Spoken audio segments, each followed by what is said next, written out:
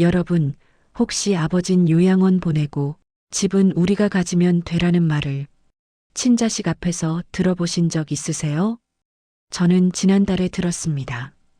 그것도 저희 아버지 집 거실 문틈에서요. 그때 저는 웃었습니다. 정말로요.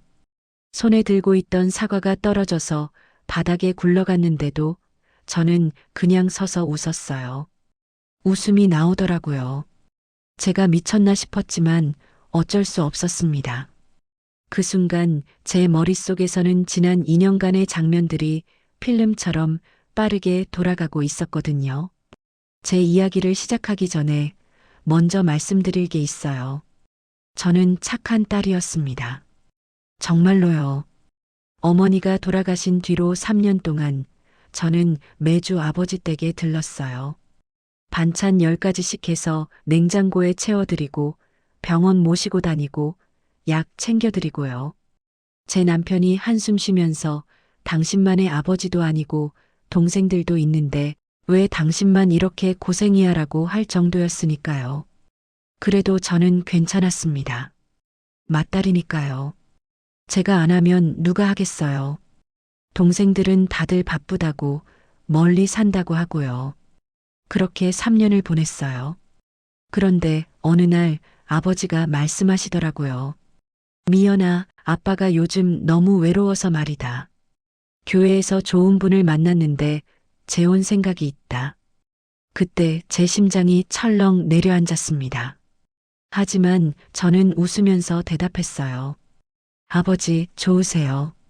외로우시면 안 되죠. 제가 뭐라고 할 입장이 아니잖아요. 솔직히 말씀드릴게요. 저는 그때 조금 안도했습니다. 이제 제가 매주 반찬 해드리러 오지 않아도 되겠구나 싶었거든요. 누군가 아버지 곁에 있어 주시면 저도 제 가정에 좀 더 집중할 수 있을 거라고 생각했어요. 그게 제 첫 번째 실수였습니다. 새엄마는 겉보기엔 괜찮은 분이었어요. 60대 초반 교회 집사님이시고 말씀도 부드럽게 하시고요. 처음 뵀을 때 아이고 미연 씨. 제가 어머님을 대신할 순 없지만 아버님 잘 모시겠습니다라고 하시더라고요. 그 말을 듣고 저는 마음이 놓였습니다. 아, 이분은 진짜 아버지를 좋아하시는구나. 그렇게 생각했어요. 재혼식은 조촐하게 했습니다. 가족들만 모여서 식사 한 끼 하고 사진 몇 장 찍고요. 새엄마한테는 아들 하나, 딸 하나가 있었어요. 아들은 40대 중반쯤 됐고 딸은 30대 후반이었습니다. 둘 다 결혼했고 각자 가정이 있었고요. 식사 자리에서 새엄마 아들이 제 손을 꼭 잡으면서 이러더라고요. 누나, 저희 어머니 잘 부탁드려요. 아버님도 잘 모시겠습니다. 그 말을 듣고 저는 또 안심했어요. 아, 이 집안 사람들 괜찮네. 그게 제 두 번째 실수였습니다. 처음 몇 달은 정말 평화로웠어요. 새엄마가 아버지 집을 깨끗하게 정리해 놓으셨고 아버지도 표정이 밝아지셨고요. 저는 이제 한 달에 한두 번만 들르면 됐습니다. 그러다 보니 자연스럽게 발걸음이 뜸해졌어요. 그런데 한 6개월쯤 지났을 때부터 뭔가 이상한 느낌이 들기 시작했습니다. 아버지한테 전화를 해도 잘 안 받으시더라고요. 받으셔도 응, 나 괜찮아. 걱정 말라고만 하시고 금방 끊으시고요. 예전에는 전화하면 한 30분씩은 수다를 떠셨거든요. 요즘 뭐 드셨는지, 어디 아프신 데는 없으신지 그런 얘기들이요. 그런데 갑자기 말수가 줄어드신 거예요. 저는 처음엔 새엄마가 계시니까 외로움을 안 느끼시는구나 싶었습니다. 그런데 어느 날 제가 갑자기 들렀을 때였어요. 아버지 방문을 열었는데 방 안 분위기가 완전히 달라져 있었습니다. 아버지가 평생 소중히 보관하시던 책장이 창고로 옮겨져 있었고요. 침대도 작은 걸로 바뀌어 있었어요. 벽에 걸려 있던 어머니 사진도 없어져 있었고요. 저는 깜짝 놀라서 새엄마한테 물었습니다. 어머니, 아버지 방이 왜 이렇게 변했어요? 새엄마는 웃으면서 대답하셨어요. 아이고, 미연 씨. 아버님이 허리가 안 좋으셔서 침대를 낮은 걸로 바꿨어요. 책장도 먼지 많이 쌓여서 창고로 옮겼고요. 어차피 요즘 책도 안 보시잖아요. 그 말을 듣고 저는 아무 말도 못했어요. 맞는 말 같기도 했거든요. 아버지가 허리가 안 좋으신 건 사실이고 책도 요즘 잘 안 읽으시니까요. 하지만 뭔가 찜찜했습니다. 그날 저는 아버지한테 조용히 물어봤어요. 아버지, 방 정리하는 거 괜찮으세요? 아버지는 그냥 괜찮아라고만 하셨습니다. 근데 아버지 표정이 좀 이상했어요. 뭐랄까, 체념한 것 같은 표정이었달까요? 그때 저는 아버지가 새엄마한테 뭔가 눈치를 보시는구나 싶었습니다. 그 뒤로 저는 조금 더 자주 들르기 시작했어요. 한 달에 2번 정도요. 그런데 갈 때마다 뭔가 조금씩 달라져 있었습니다. 아버지가 좋아하시던 된장찌개 대신 새엄마 입맛에 맞는 반찬들이 식탁에 올라와 있었고요. 아버지가 매일 아침 산책하시던 습관도 사라져 있었어요. 제가 아버지, 요즘 산책 안 하세요? 라고 물으니까 새엄마가 대신 대답하시더라고요. 아이고, 아버님 무릎이 안 좋으셔서 집에서 쉬시는 게 낫대요. 괜히 나갔다가 넘어지시면 큰일 나잖아요. 그 말도 맞는 말 같았어요. 실제로 아버지 무릎이 좀 안 좋으시긴 했으니까요. 하지만 아버지는 산책을 정말 좋아하셨거든요. 매일 아침 6시면 일어나서 동네 한 바퀴 도시던 분이에요. 그런 분이 갑자기 집에만 계신다는 게 저는 이해가 안 갔습니다. 그래도 저는 아무 말도 하지 않았어요. 새엄마가 아버지를 생각해서 그러시는 것 같았으니까요. 그게 제 3번째 실수였습니다. 그러던 어느 날이었어요. 제가 아버지 댁에 들렀는데 마침 새엄마 아들이 와 있더라고요. 거실에서 새엄마랑 뭔가 이야기를 나누고 있었습니다. 저는 현관문을 열고 들어가려다가 그 대화 소리를 듣게 됐어요. 새엄마 아들이 이러는 거예요. 엄마, 그래서 통장은 정리했어? 새엄마가 대답했습니다. 응, 지난주에 은행 가서 공동 명의로 바꿨어. 아버지 도장 찍어서. 잘했어. 그럼 집 명의는? 그건 법무사 알아보는 중이야. 증여로 할지 아니면 유언장으로 할지. 그 순간 제 손에 들고 있던 사과 봉지가 바닥에 떨어졌습니다. 쿵 하는 소리가 났고요. 거실 대화가 뚝 끊겼어요. 저는 재빨리 현관문을 닫고 다시 초인종을 눌렀습니다. 띵동, 몇 초 뒤에 새엄마가 문을 열어주셨어요. 환한 미소를 지으면서요. 어머, 미연 씨. 어쩐 일이야? 오늘은 무슨 날이야? 저는 웃으면서 대답했습니다. 그냥 사과 좀 사왔어요. 아버지 좋아하시잖아요. 새엄마는 사과 봉지를 받으면서 고맙다고 하셨어요. 거실에서는 새엄마 아들이 누나, 안녕하세요. 하고 인사했고요. 저는 억지로 웃으면서 인사를 받았습니다. 그리고 아버지 방으로 들어갔어요. 아버지는 침대에 누워 계셨습니다. 아버지, 괜찮으세요? 응, 괜찮아. 그냥 좀 피곤해서. 아버지 얼굴이 많이 수척해져 있었어요. 저는 그 자리에서 20분 정도 아버지랑 이야기를 나눴습니다. 요즘 어떻게 지내시는지, 어디 불편한 데는 없으신지요? 아버지는 계속 괜찮아, 괜찮아만 반복하셨어요. 그런데 제가 아버지, 요즘 통장 정리하셨어요? 라고 물으니까 아버지 표정이 살짝 굳어지더라고요. 응, 새엄마가 같이 관리하는 게 낫다고 해서. 공동 명의로요? 그런 것 같아. 아버지는 눈을 피하셨습니다.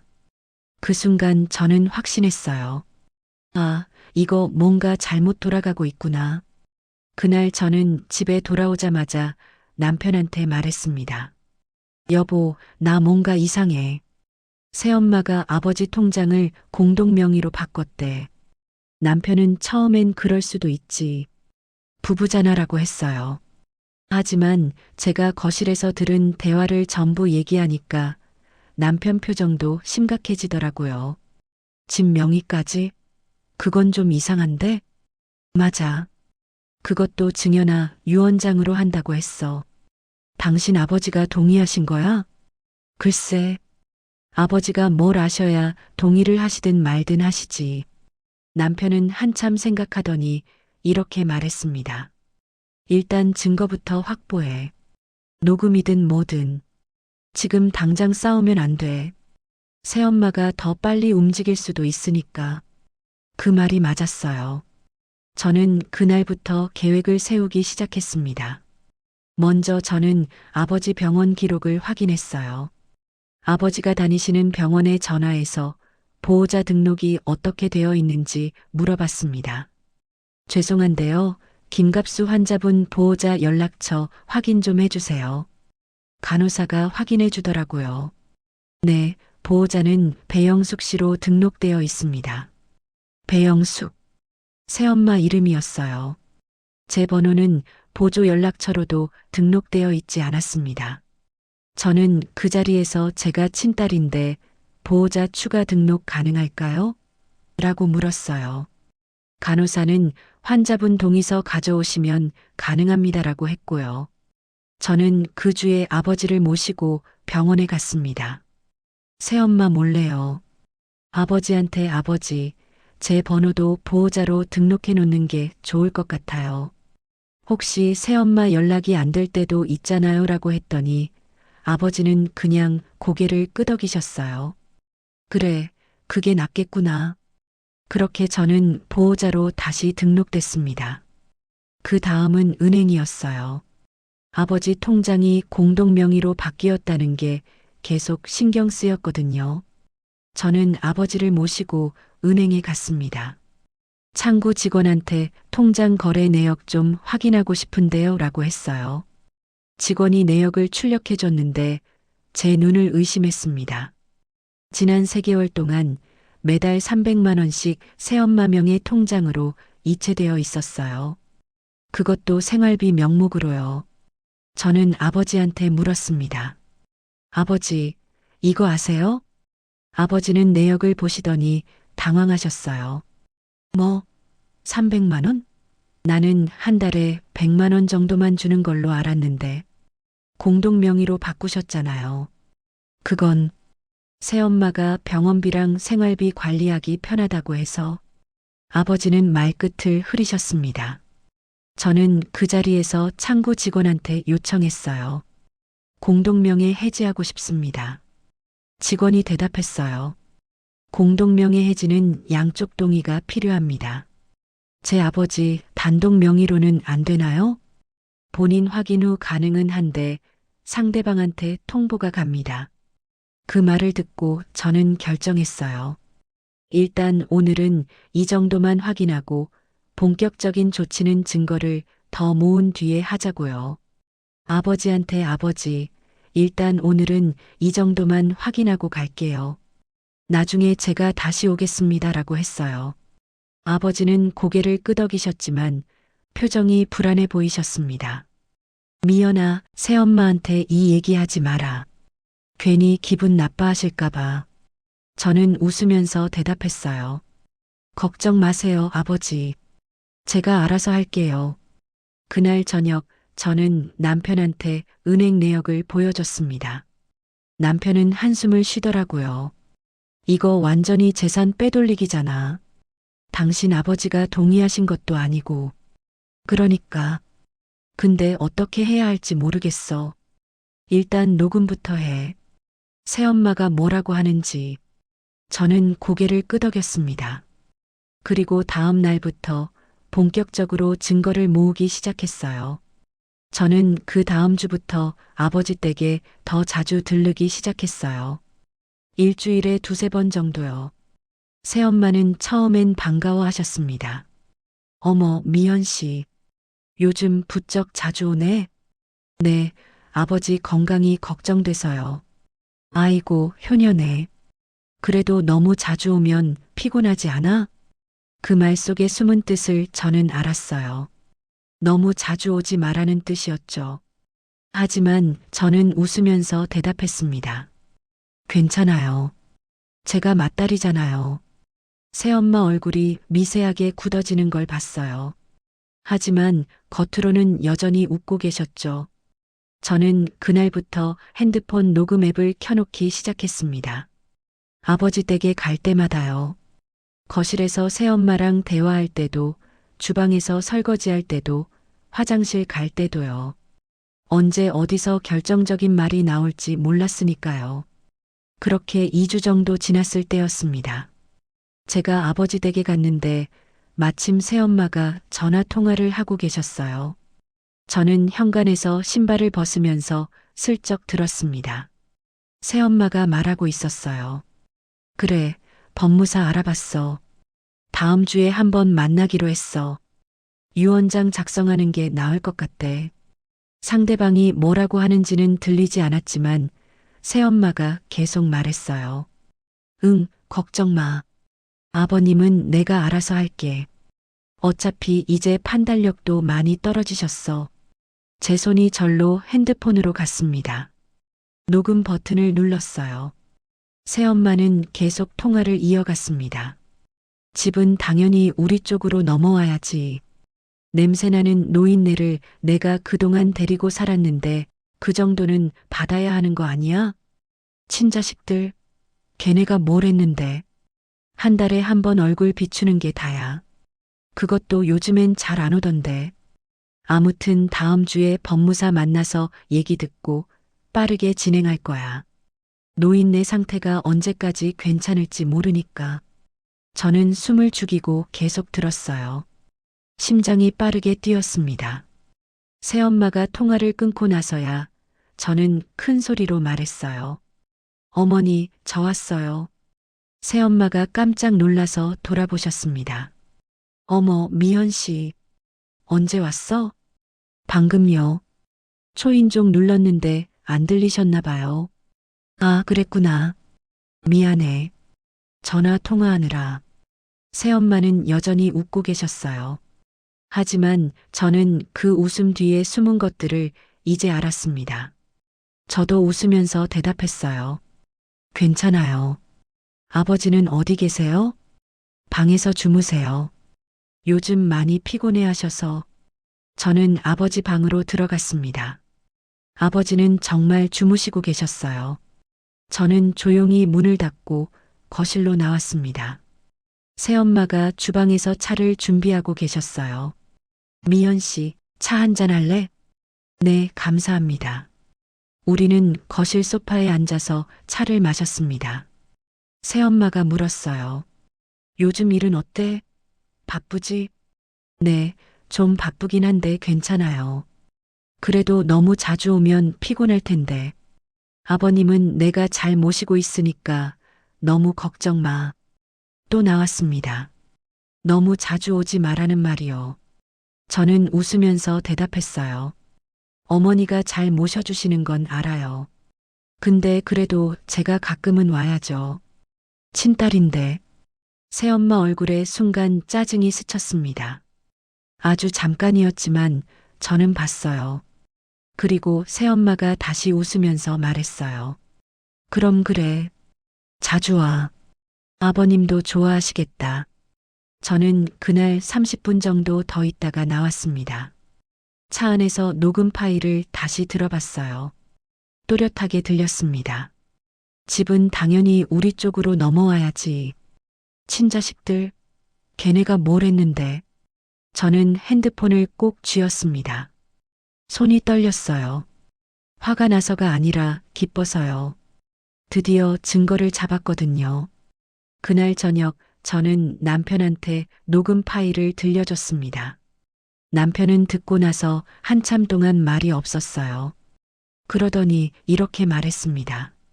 이제 변호사 만나야겠어. 변호사? 응. 이거 제대로 대응하려면 법적 조치가 필요해. 성년후견인 신청부터 해야 할 것 같아. 성년후견인? 당신 아버지가 판단력이 떨어진 상태에서 재산 처분하는 걸 막으려면 법원에 성년후견인 지정을 신청해야 돼. 그럼 함부로 재산을 처분할 수 없어. 남편 말이 맞았어요. 저는 그 주에 바로 변호사 사무실을 찾아갔습니다. 변호사는 50대 중반쯤 되는 여자분이었어요. 제 이야기를 다 듣고 나서, 녹음 파일도 듣고 나서 고개를 끄덕이더라고요. 전형적인 황혼 재산 탈취 케이스네요. 그런가요? 네. 요즘 이런 사례가 정말 많아요. 재혼 후에 배우자가 재산을 자기 자식들 쪽으로 빼돌리는 경우요. 그럼 어떻게 해야 하나요? 변호사가 설명해 줬습니다. 일단 성년후견인 신청부터 하세요. 따님이 후견인으로 지정되면 아버님 재산관리 권한을 갖게 돼요. 그럼 새어머니가 함부로 재산을 처분할 수 없습니다. 공동명의로 된 통장은요? 그것도 무효화할 수 있어요. 아버님이 제대로 된 판단력 없이 동의하신 거라면 법원에 신청해서 취소할 수 있습니다. 시간이 얼마나 걸리나요? 빠르면 한 달, 늦으면 두세 달 정도 걸릴 수 있어요. 그동안 증거를 더 모으세요. 녹음 파일도 좋고 은행 거래 내역도 좋고요. 저는 변호사 사무실을 나오면서 마음을 다잡았습니다. 이제 본격적으로 시작이구나. 그 다음 주부터 저는 매일같이 아버지 댁 근처를 배회했어요. 새엄마가 언제 어디 가는지, 누구를 만나는지 전부 확인했습니다. 그리고 일주일 뒤 결정적인 날이 왔어요. 새엄마가 법무사 사무실에 간다는 걸 알게 됐거든요. 어떻게 알았냐고요? 새엄마 딸이 아버지 댁에 왔을 때 제가 우연히 현관 앞에 있었거든요. 그들이 나누는 대화가 문틈으로 들렸습니다. 새엄마 딸이 말했어요. 엄마, 내일 법무사 사무실 간다며? 나도 같이 갈까? 아니, 너는 안 와도 돼. 나랑 오빠랑만 가면 돼. 유언장 작성하는 거야? 응. 아버지 명의로 작성하는 거야. 집이랑 통장 전부 내 이름으로 넘어오게. 친자식들은 몰라. 몰라. 알아도 어쩔 수 없어. 법적으로 배우자한테 우선권 있잖아. 제 심장이 다시 빠르게 뛰었습니다. 핸드폰 녹음 버튼을 눌렀어요. 새엄마 딸이 계속 말했습니다. 근데 맏딸 있잖아. 그 사람 요즘 자주 오던데. 눈치챈 거 아니야? 눈치채도 어쩔 수 없어. 이미 통장은 공동명의로 바꿨고 내일 유언장만 작성하면 끝이야. 아버님은 동의하셨어? 동의? 그냥 도장만 찍으시면 되는 거야. 내가 알아서 할게. 그때였습니다. 새엄마가 갑자기 목소리를 낮추며 말했어요. 어차피 아버진 요양원 보내고 집은 우리가 가지면 돼. 그게 제일 깔끔해. 바로 그 대사였습니다. 제가 한 달 전에 처음 들었던 그 대사요. 이번엔 녹음이 됐어요. 또렷하게요. 저는 숨을 죽이고 계속 들었습니다. 새엄마 딸이 웃으면서 대답했어요. 그래, 엄마. 우리가 2년 동안 고생했잖아. 이 정도는 받아야지. 그러니까. 친자식들은 한 달에 한 번 오는 게 다야. 우리가 매일 모시고 사는데 내일 법무사 만나고 나면 일사천리로 진행하자. 그래. 빨리 끝내야 해. 저는 더 이상 들을 수 없었습니다. 조용히 현관에서 멀어졌어요. 계단 아래로 내려가서 차 안에 앉았습니다. 그리고 녹음 파일을 다시 들었어요. 어차피 아버진 요양원 보내고 집은 우리가 가지면 돼. 선명하게 들렸습니다. 저는 핸드폰을 꼭 쥐고 눈을 감았어요. 숨을 크게 들이쉬었습니다. 그리고 생각했죠. 이제 끝이 보이는구나. 저는 그날 바로 변호사한테 녹음 파일을 보냈습니다. 변호사가 전화로 말했어요. 이 정도면 충분해요. 명백한 재산 탈취 의도가 드러나니까요. 그럼 이제 어떻게 하면 되나요? 성년후견인 신청 서류는 이미 접수했으니까 일주일 안에 결과 나올 거예요. 그 전에 새어머니가 법무사 사무실에서 유언장 작성하는 걸 막아야 해요. 어떻게요? 아버님한테 미리 말씀드리세요. 유언장 작성은 본인 의사가 명확해야 하니까 아버님이 거부하시면 진행이 안 돼요. 아버지가 거부하실까요? 따님이 설명을 잘 해드리면 가능할 거예요. 지금 상황을 솔직하게 말씀드리세요. 저는 고개를 끄덕였습니다. 그리고 다음 날 아버지를 만나러 갔어요. 아버지 댁에 도착했을 때 새엄마는 외출 중이었습니다. 마침 잘 됐다 싶었어요. 아버지는 거실 소파에 앉아서 TV를 보고 계셨습니다. 아버지, 미연아. 왔니? 네. 아버지, 제가 드릴 말씀이 있어요. 저는 아버지 옆에 앉았습니다. 그리고 천천히 설명하기 시작했어요. 새엄마가 통장을 공동 명의로 바꾼 것, 매달 300만 원씩 빼돌린 것, 내일 법무사 사무실에서 유언장을 작성하려는 것, 그리고 결국엔 아버지를 요양원에 보내고 집을 차지하려는 계획까지요. 아버지는 처음엔 믿지 못하셨습니다. 미연아, 새엄마가 그럴 리 없어. 그 사람은 착해. 아버지, 녹음 파일이 있어요. 직접 들어보세요. 저는 핸드폰을 꺼내서 녹음 파일을 틀었습니다. 어차피 아버진 요양원 보내고 집은 우리가 가지면 돼. 아버지 얼굴이 굳어졌습니다. 집은 당연히 우리 쪽으로 넘어와야지. 친자식들, 걔네가 뭘 했는데. 아버지가 고개를 떨구셨어요. 내일 법무사 만나서 유언장 작성하는 거야. 아버님은 그냥 도장만 찍으시면 돼. 녹음이 끝나고 거실엔 침묵만 흘렀습니다. 아버지가 떨리는 목소리로 물으셨어요. 이게 진짜야? 네, 아버지. 제가 직접 녹음한 거예요. 그럼 나한테 잘해준 건 다 거짓이었단 말이야? 아버지 목소리가 갈라졌습니다. 저는 아버지 손을 잡았어요. 아버지, 지금이라도 늦지 않았어요. 제가 변호사랑 상담했는데 성년후견인 신청하면 새엄마가 함부로 재산 처분 못해요. 성년후견인? 네. 제가 아버지 후견인으로 지정되면 아버지 재산을 제가 관리할 수 있어요. 새엄마가 손댈 수 없고요. 아버지는 한참 동안 아무 말씀도 하지 않으셨습니다. 그러다가 천천히 고개를 끄덕이셨어요. 그래. 그렇게 하자. 나도 이제 정신 차려야겠구나.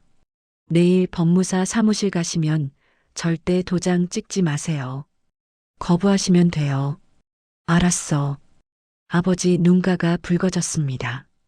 저는 아버지를 안아드렸어요. 괜찮아요, 아버지. 제가 다 해결할게요. 다음 날 저는 아버지 댁 근처 카페에서 대기했습니다. 새엄마가 아버지를 데리고 나가는 걸 봤어요. 법무사 사무실로 가는 것 같았습니다. 1시간쯤 지났을 때 아버지한테서 전화가 왔어요. 미연아, 나 도장 안 찍었어. 새엄마가 화내는데 난 그냥 안 한다고 했어. 잘하셨어요, 아버지. 이제 집으로 돌아오세요. 응. 근데 새엄마가 이제 어떻게 나올까봐 무서워. 괜찮아요. 제가 곧 갈게요. 저는 서둘러 아버지 댁으로 향했습니다. 집에 도착했을 때 새엄마는 거실에서 전화 통화를 하고 계셨어요. 아버지는 방에 계셨고요. 새엄마가 소리쳤습니다. 도대체 무슨 일이야? 갑자기 도장을 안 찍겠다고 하시면 어떡해? 상대방이 뭐라고 하는지는 들리지 않았지만 새엄마가 계속 화를 냈어요. 분명히 맞달짓이야. 그년이 뭔가 아버님한테 말한 게 틀림없어. 어쩔 수 없어. 다른 방법 찾아야지. 이대로는 안 돼. 저는 현관문을 열고 들어갔습니다.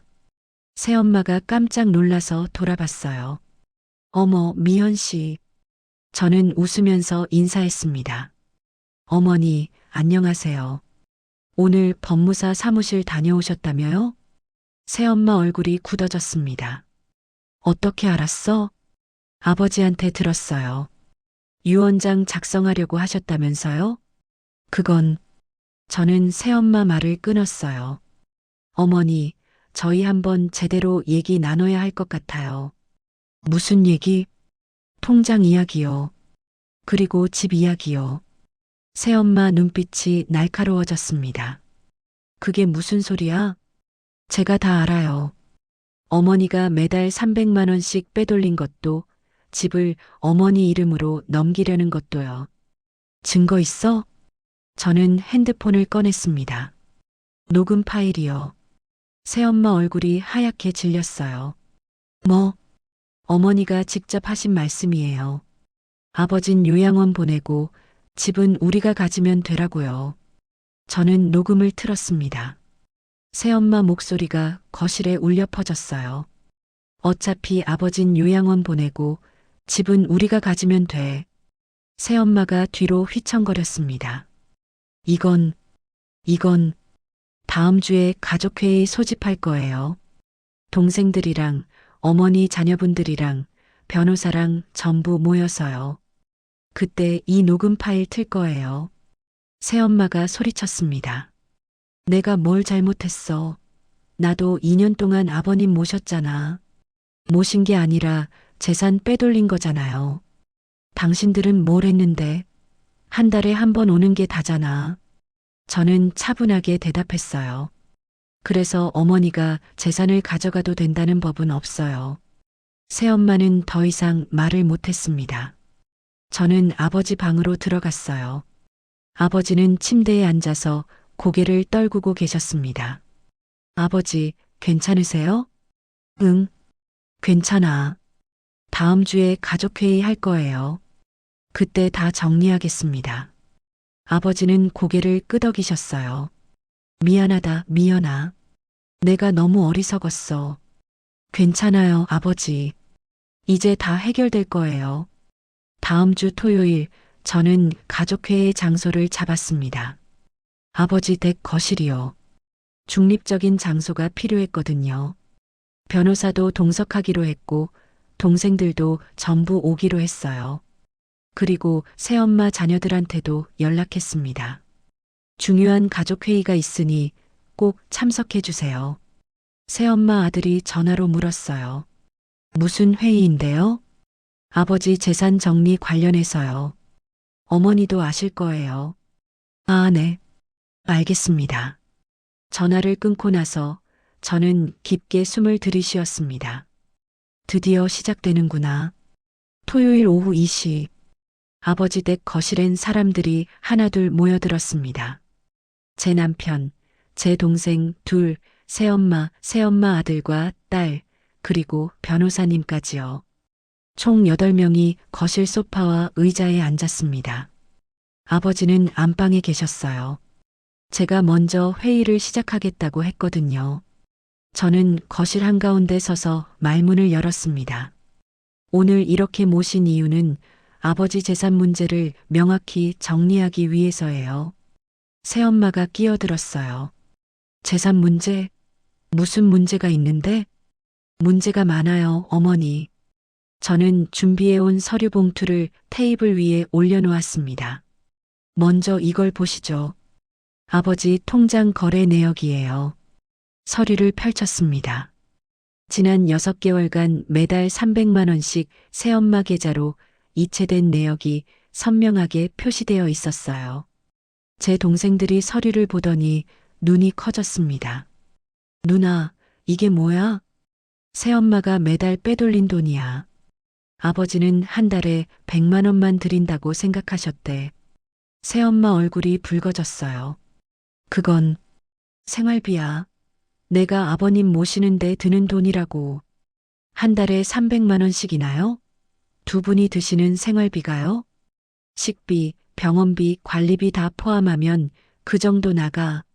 저는 또 다른 서류를 꺼냈습니다. 그럼 이건 어떻게 설명하시겠어요?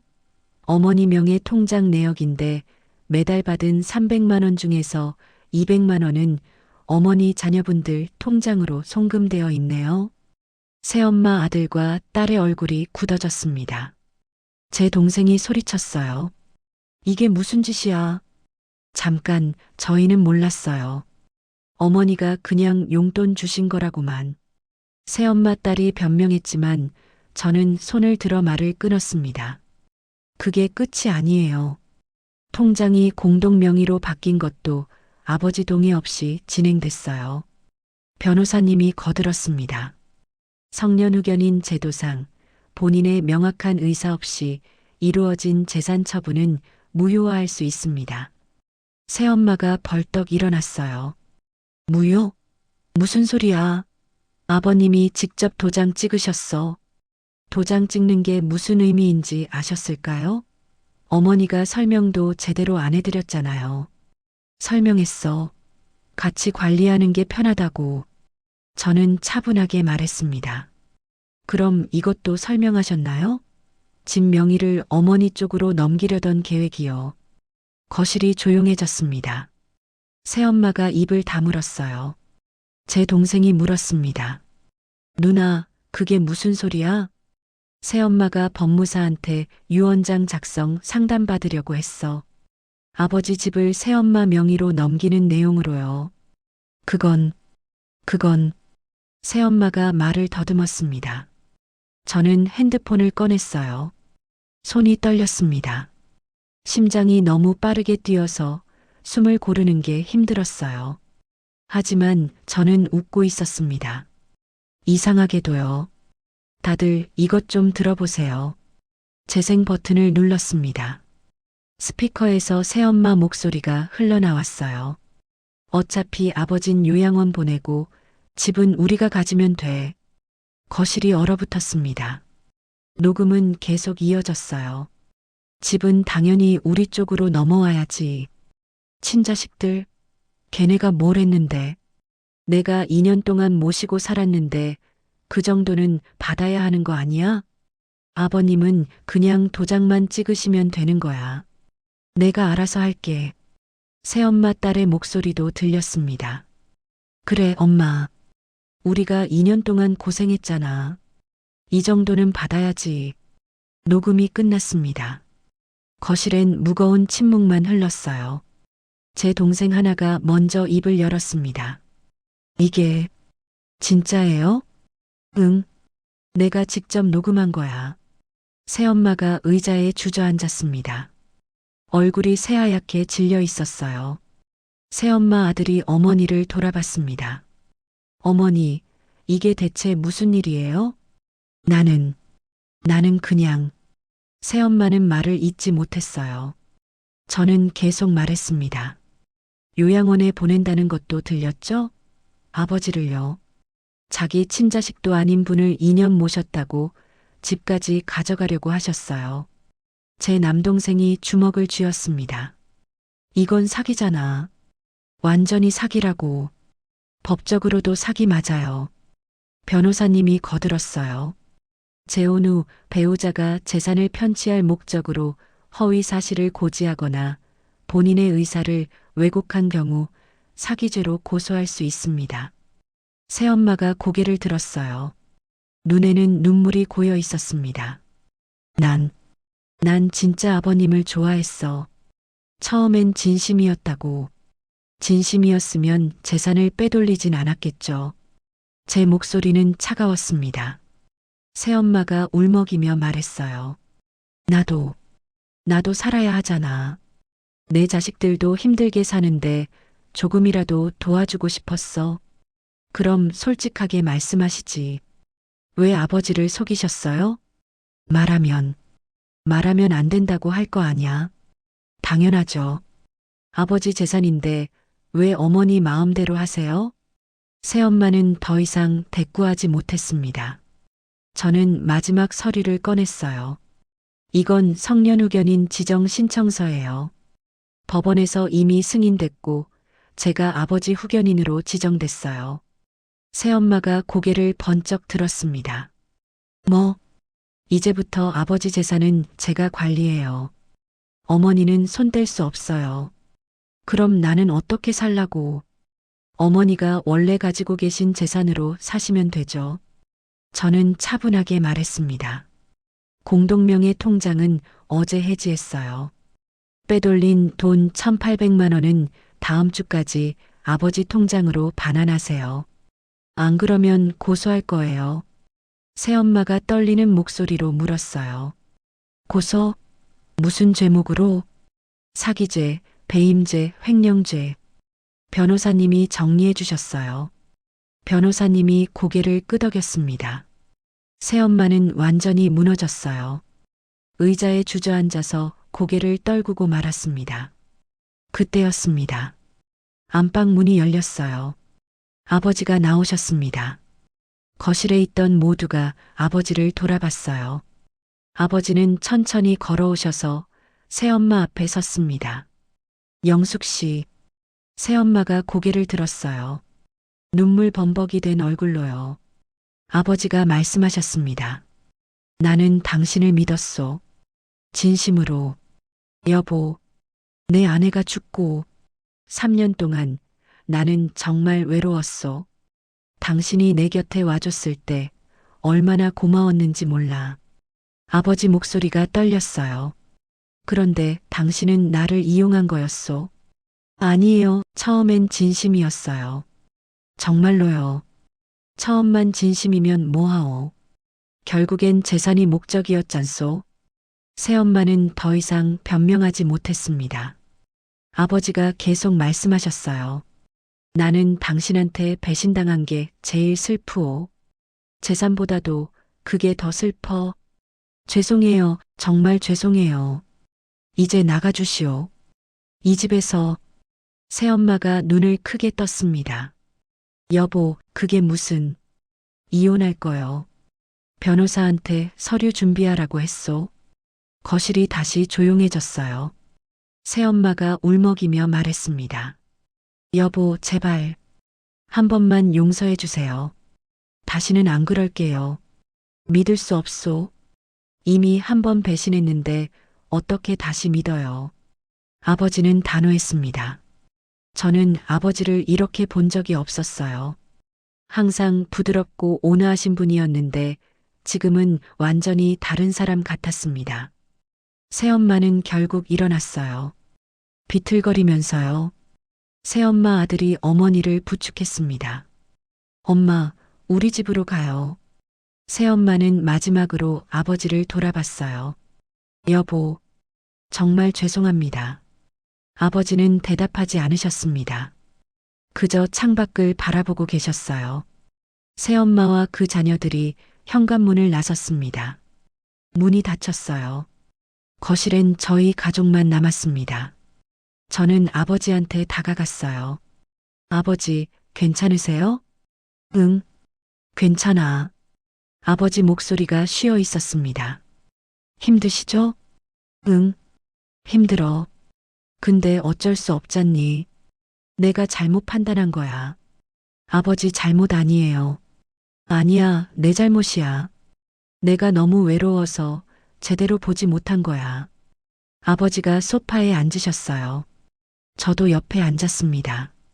동생들도 아버지 주위로 모였어요. 아버지가 말씀하셨습니다. 미안하다, 애들아. 내가 너무 어리석었어. 아니에요, 아버지. 누가 알았겠어요. 미연이가 아니었으면 나는 정말 요양원 갔을 거야. 집도 다 빼앗겼을 거고. 아버지가 제 손을 잡으셨어요. 고맙다, 미연아.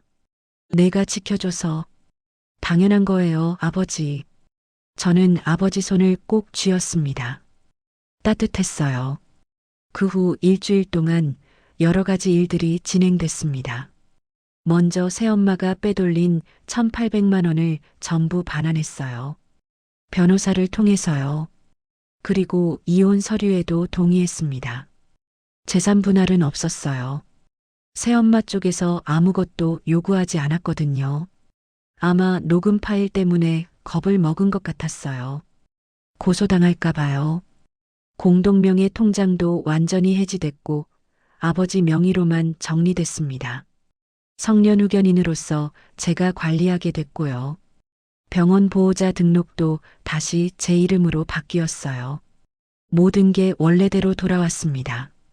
아니, 어쩌면 원래보다 더 나아졌을지도 몰라요. 아버지가 이제는 저희한테 더 의지하시거든요. 한 달 뒤, 저는 아버지 댁을 방문했습니다. 아버지는 거실 소파에 앉아서 책을 읽고 계셨어요. 창고에 있던 책장을 다시 방으로 옮겨왔거든요. 아버지, 책 읽으세요? 응. 오랜만에 읽으니까 좋네. 아버지가 웃으셨어요. 예전에 그 따뜻한 미소였습니다. 요즘은 어떠세요? 괜찮아. 혼자 사는 게 익숙해지고 있어. 외롭지 않으세요? 외롭지. 근데 괜찮아. 외로운 게 속는 것보다 나아. 아버지 말씀에 저는 아무 대꾸도 하지 못했어요. 그냥 옆에 앉아서 아버지랑 같이 TV를 봤습니다. 한참 뒤에 아버지가 말씀하셨어요. 미연아. 네, 아버지. 나는 다시는 재혼 안 할 거야. 네. 사람을 믿는 게 무섭더라. 특히 내 나이에는. 아버지. 괜찮아. 나는 이제 너희들만 있으면 돼. 그걸로 충분해. 아버지가 제 손을 잡으셨어요. 저는 아버지 손을 꼭 쥐고 고개를 끄덕였습니다. 지금 돌이켜보면 그때 제가 거실 문틈에서 새엄마의 말을 듣지 못했다면 어떻게 됐을까요? 아마 아버지는 정말 요양원에 가셨을 거예요. 집은 새엄마 명의로 넘어갔을 거고요. 저희는 아무것도 모른 채 그저 아버지가 새엄마를 선택하셨으니 어쩔 수 없다고 생각했을 거예요. 그리고 몇 년 뒤 아버지가 돌아가신 후에야 진실을 알게 됐을지도 모릅니다. 그때는 이미 늦었겠죠. 하지만 저는 들었어요. 아버진 요양원 보내고 집은 우리가 가지면 돼. 그 한마디가 모든 걸 바꿨습니다. 여러분, 혹시 부모님 재혼 때문에 마음 졸이는 분 계신가요? 아니면 새엄마, 새아버지가 뭔가 이상하다고 느끼시는 분 계신가요? 제가 드리고 싶은 말은 하나예요. 의심이 들면 반드시 확인하세요. 증거를 모으세요. 녹음을 하세요. 은행 내역을 확인하세요. 병원 보호자 등록을 확인하세요. 부모님 재산이 어떻게 움직이는지 반드시 체크하세요. 착한 자식이 되려고 눈 감지 마세요. 나중에 후회하는 것보다 지금 확인하는 게 100번 낫습니다. 그리고 만약 정말로 문제가 있다면 주저하지 마세요. 변호사를 찾아가세요. 성년후견인 제도를 알아보세요. 법은 여러분 편이에요. 부모님을 지킬 수 있는 방법은 분명히 있습니다. 저처럼요. 지금 아버지는 혼자 사세요. 외로워하시긴 하지만 그래도 평화로우세요. 저는 일주일에 2번씩 들러서 아버지랑 저녁을 같이 먹어요. 반찬도 해드리고 병원도 모시고 다니고요. 예전처럼요. 아니, 예전보다 더 자주요. 왜냐하면 이제 저는 알거든요. 아버지한테 제가 얼마나 소중한 사람인지요. 그리고 제게도 아버지가 얼마나 소중한 분인지요. 재산 때문이 아니라 그냥 아버지니까요. 그날 거실 문틈에서 들었던 그 말. 아버진 요양원 보내고 집은 우리가 가지면 돼. 그 말을 들었을 때 저는 웃었다고 했죠. 지금 생각해보면 그게 제 인생에서 가장 중요한 웃음이었던 것 같아요. 그 웃음이 저를 깨웠거든요. 착한 딸 역할에서요. 이제 저는 강한 딸이 됐습니다. 아버지를 지킬 수 있는요. 그리고 그게 제가 맏딸로서 할 수 있는 가장 중요한 일이라는 걸 알게 됐어요. 새엄마는 지금 어디서 뭘 하고 계실까요? 잘 모르겠어요. 연락도 안 하고 궁금하지도 않아요. 다만 한 가지는 확실해요. 새엄마는 다시는 아버지 곁에 오지 못할 거라는 것. 그리고 아버지 재산에 손댈 수 없다는 것. 그걸로 충분합니다. 마지막으로 여러분께 묻고 싶어요. 혹시 여러분도 지금 착한 자식이 되려고 애쓰고 계신가요?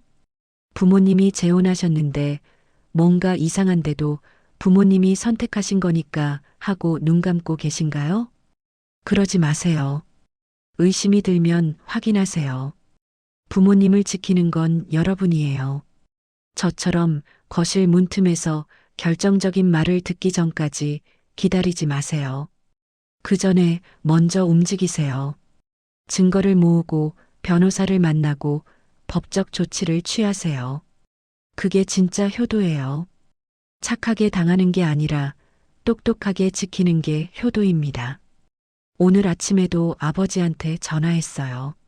아버지, 오늘 저녁 뭐 드실래요? 제가 해드릴게요. 된장찌개 먹고 싶은데. 알았어요. 제가 끓여드릴게요. 고맙다, 미연아. 뭐가요, 아버지? 당연한 건데. 전화를 끊고 저는 웃었습니다. 이번엔 진짜 웃음이었어요. 억지가 아니라 진심으로요. 아버지 목소리가 예전처럼 밝아졌거든요. 그 소리를 듣는 것만으로도 저는 충분히 행복합니다. 비록 그 행복을 지키기 위해서 싸워야 했지만요. 그래도 괜찮아요. 싸울 가치가 있었으니까요. 여러분도 기억하세요. 부모님을 지키는 건 여러분의 권리이자 의무예요. 누가 뭐래도 친자식이 제일 중요합니다.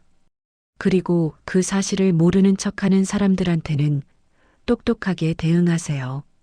착하게만 살다가는 다 빼앗깁니다. 저처럼 거실 문틈에서 우는 게 아니라 녹음 버튼을 누르세요. 그리고 끝까지 싸우세요. 그게 진짜 사랑이에요.